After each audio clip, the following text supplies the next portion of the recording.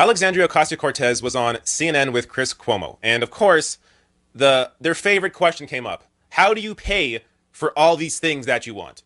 And she answered the question in the most incredible way. Watch. And do you want to spend a lot of my tax money on these proposals that you and Bernie and others have? Medicare for all, college tuition, maybe even housing, that the Green New Deal that you have, it is all very expensive, especially on the single payer side, and that it gives people sticker shock. Even in Bernie's home state, they got sticker shock. They couldn't get it done in his state because of how expensive it is. And that was an 11% increase in taxes, 9 to 11%. Even that was too much for people. How do you pay? How do you sell it? So first of all, the thing that we need to realize is people talk about the sticker shock of Medicare for all. They do not talk about the sticker shock of the cost of our existing system. You know, in a Koch brothers funded study, if any study is going to try to be a little bit slanted, it would be one funded by the Koch brothers. It shows that Medicare for all is actually much cheaper than the current system that we pay right now. And let's not forget that the reason that the Supreme Court upheld the Affordable Care Act is because they ruled that each of these monthly payments that everyday Americans make is a tax. And so while it may not seem like we pay that tax on April 15th, we pay it every single month, or we do pay it tax season if we don't buy, these plans off of the exchange. So we're paying for this system. We Americans have the sticker shock of healthcare as it is. And what we're also not talking about is why aren't we incorporating the cost of all the funeral expenses of those who die because they can't afford access to healthcare? That is part of the cost of our system. Why don't we talk about the cost of reduced productivity because of people who need to go on disability, because of people who are not able to participate in our economy, because they are having issues like diabetes or they don't have access to the healthcare that they need.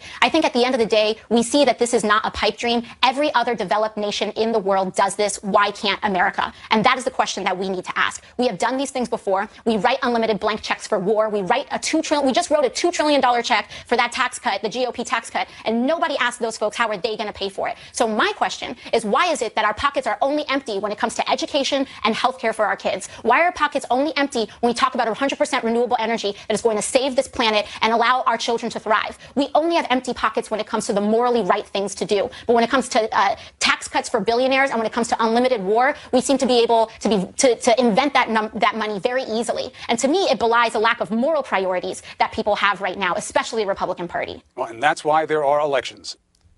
Oh my God. Honestly, I think that is the best answer to that how do you pay for a question I have ever seen from anyone.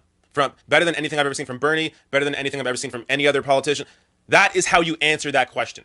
You make the person that asked that question feel stupid. Chris Cuomo there should feel stupid for asking that question because it is a stupid question, but it's one that needs to be answered in a way like this to finally change the conversation around that question. So look at the framing, from the beginning of this clip, the heartless framing of that question. Man, do you want to spend a lot of my money? Is that how he begins a question when he's asking or when they're talking about military spending? Man, you guys want to spend a lot of my money on the military. Can you imagine if Chris Cuomo did that? Can you imagine? Or even on something that it would be easier for him to do on, like on tax cuts for the rich. No, they never frame it like that. And this quote here from Cuomo, maybe even housing. Oh, maybe even housing. Yeah, how dare people have a place to live? You even want to spend my money on housing? You're insane. Oh my, these people are hilarious. Too expensive, especially on the single payer side. Does he do any research? The study that Ocasio-Cortez referenced came out last week. It's recent news. If Cuomo did actual research, he could have brought that study up and said, hey, yeah, this study came out showing that this Koch brothers funded study from a libertarian think tank shows that Medicare for all would save $2 trillion over 10 years. Isn't that interesting? That does go to your point. So you're right. Nope, no mention. Nothing. So this is the problem with the framing of these questions, with how mainstream media frames anything about spending. Whenever it's for anything to help people, whether it's healthcare, housing, education, it's, oh, how do you pay for it? But military spending or tax cuts for the rich? Nothing. No questions at all about how that's expensive. Unbelievable. And she broke it down so well. She brought up points I never even thought of before. The funeral expenses. Why is that not included in the cost of the current healthcare system? Or the fact that health issues affect people's work.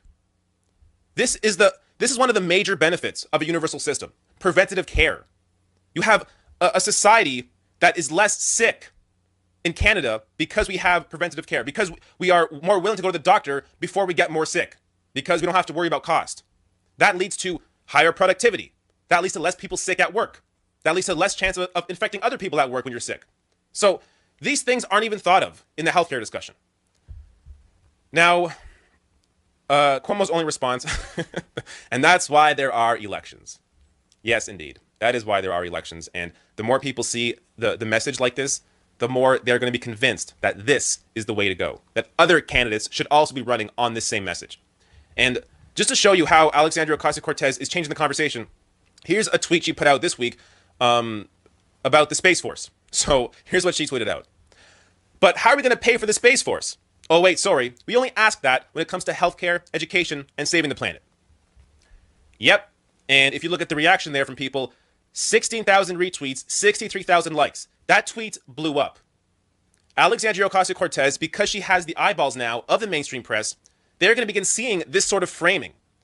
They're going to begin realizing how ridiculous the framing of their questions have been. And they're going to slowly start changing how they ask the questions. Maybe they will start now asking the GOP about increasing military spending and how that's expensive. How are you going to pay for that? So that's why it is so important, so incredible that Ocasio-Cortez won her race against Joe Crowley, because she now has the eyeballs of mainstream press and is able to use her platform to change the conversation.